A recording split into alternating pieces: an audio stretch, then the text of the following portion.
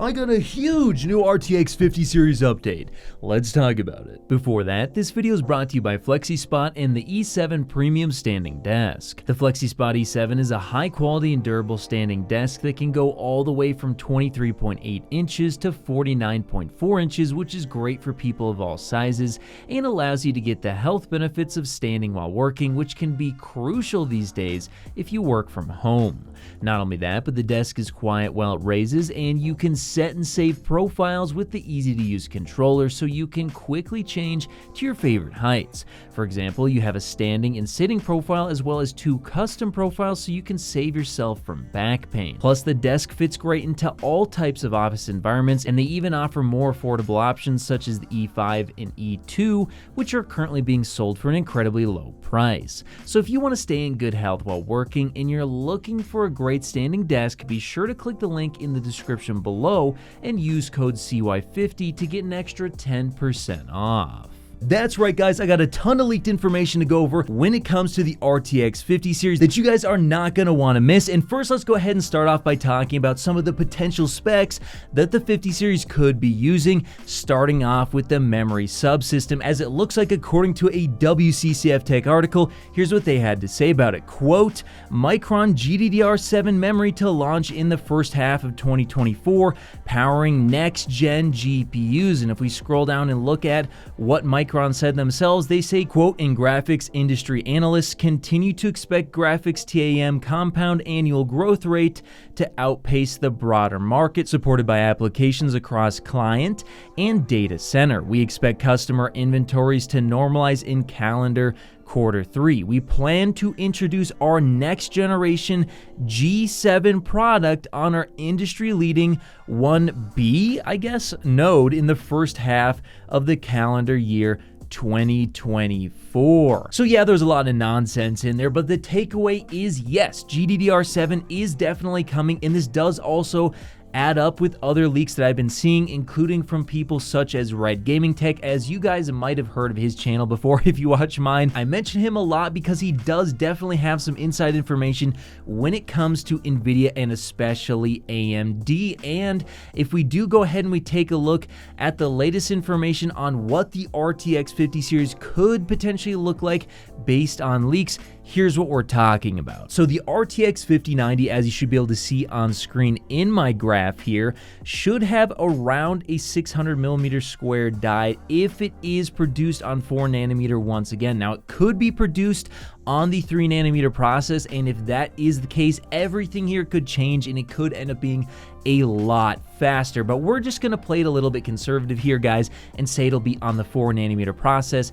for cost saving measures. And if they do go ahead and use that, well, then we're likely going to be talking about, at least according to Red Gaming Tech, 144 SMs for a total CUDA core count of 18,432 CUDA cores. Now, I do believe he was also mentioning that it would have around a 3 GHz boost clock, although don't quote me on that, as I actually do believe myself that it is going to be 3 GHz plus on this next generation of GPU, and so there is a little bit of speculation thrown in there. Now, I do also believe it will likely have 24 gigabytes of memory again, except for this time it's going to be GDDR7, likely clocked somewhere between 32 to potentially 36 gigabits per second on a 384-bit bus, which means that it could actually be giving you as much as 1,728 gigabytes per second of total memory bandwidth, which is a significant increase over the current 1,008 gigabytes per second that we're seeing on the RTX 4090, and that tells you that this is likely going to be a much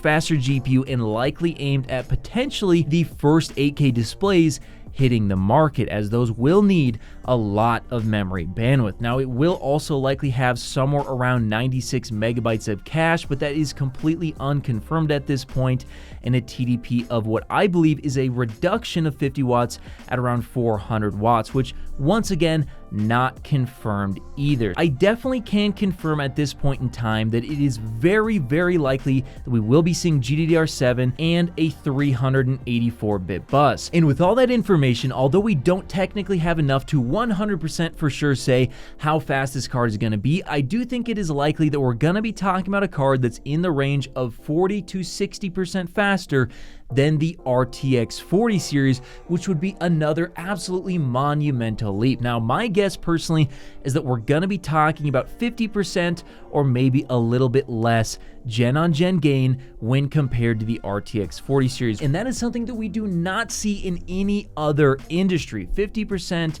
every single generation is absolutely crazy. So yes, the RTX 50 series is going to be a massive leap. It's also very likely that we will be seeing the full 80 gigabit DisplayPort 2.1 ports on this GPU, and potentially we'll have to wait and see how things go over the next year here. There is a possibility that we could be seeing a new HDMI revision, as more 8K displays will likely be hitting the market, especially TVs, over the coming years. And if they do want to drive those, especially at high refresh rates without using display stream compression in a crazy ratio, they will need a new HDMI standard. So this is going to be a pretty big leap, not only in performance, but also features when it comes to the RTX 50 series, and that's something we know for sure. But what else do we know about the RTX 50 series? Well, there was actually another leak. It looks like this time coming from the website hardwarelux.com, and this has been an absolutely huge leak, guys, because if we go ahead and we take a look at their chart here, I do want to take a good, long, hard look at it because there's a lot of information to go over here. Now, there's two things I want you guys to pay attention to: the Hopper series and the Ada series on the GPU chart. And what you're gonna notice here is both of these next generation chips do seem to be hovering around 2025. I also want you guys to pay attention on just how vague this chart really is. Now, Hopper GPUs are likely going to include more data center type of stuff. It's likely not going to be a gaming card. Hey, you know what? I'd love to see a gaming card in 2024, and that is very exciting to see that there is something happening in 2024, new GPUs, but again, probably not coming to gaming. Now, the next gaming card is likely going to be what's referred to as Ada Lovelace Next. Now, again, it's a vague chart, and also we can't 100% confirm whether or not this is true.